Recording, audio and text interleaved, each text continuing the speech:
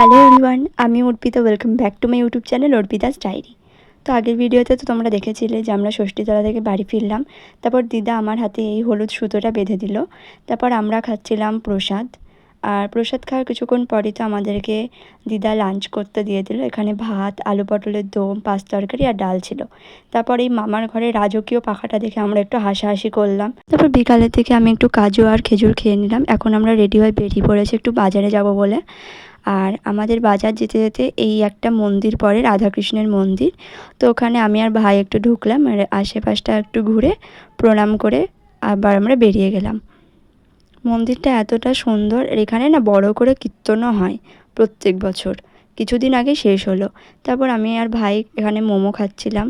আমার ভাই তো এখানে একটা পাখা কিনেছে, সেটা পেয়ে তো মহা খুশি। আর এখানে দিদা আর মা কিছু কেনাকাটা করছিল। আর এখন আমরা ফিরছি বাড়ি। বাড়ি যেতে যেতে তো দেখলাম মন্দিরে এখন কীর্তন হচ্ছিল আর সন্ধ্যা দেখাচ্ছিল, তাই আমরা আর একবার মন্দিরে ঢুকলাম। আর তোমরা একটু কীর্তনটা শোনো।